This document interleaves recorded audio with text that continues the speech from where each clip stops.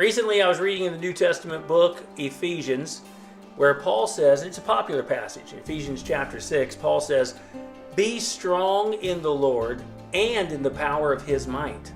Then he describes putting on the whole armor of God. But as I read it, a thought occurred to me. Aren't you glad that he didn't stop at be strong? You know, he's penning Ephesians, he gets to be strong, and then period.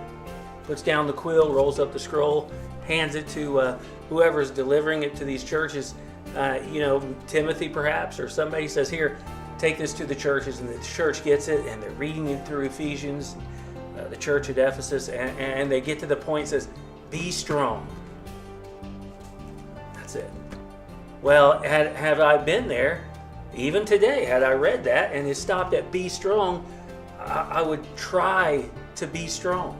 I would try to do all I can in myself, in my flesh, and my own will, and my own strength. And I was like, I gotta be strong. And then I would fail. And then I would struggle. Then I would fall under the weight of the world and the pressures of this world and the cares of life that come, and the deceitfulness of riches, and all these things that are out to snuff the life of God right out of us, see? And make no mistake that this world has the ability to crush you under the weight of its power. But he didn't say, "Be strong."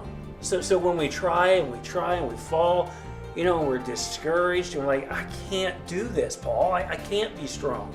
But he didn't stop there, and I'm so thankful that he didn't. He said, "Be strong in the Lord and in the power of his might, in his mighty power." And then he says, "Put on his armor," because ultimately it's his strength that we're fighting in, because it's his battle.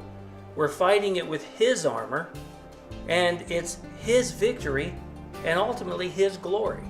So be strong in the Lord and in the power of his might. So in our weakness, we know that we're strong, and our strength has nothing to do with anything of our own selves, but everything to do with God.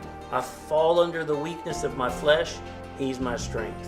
I fall under the weakness of this world, the pressures of this world, he's my strength. I'm not strong enough to fight my own battles, but greater is he that's in me, that's what the Bible says, than he that's in the world. Psalm 28:7, "The Lord is my strength, my shield, and my heart trusted in him, and I am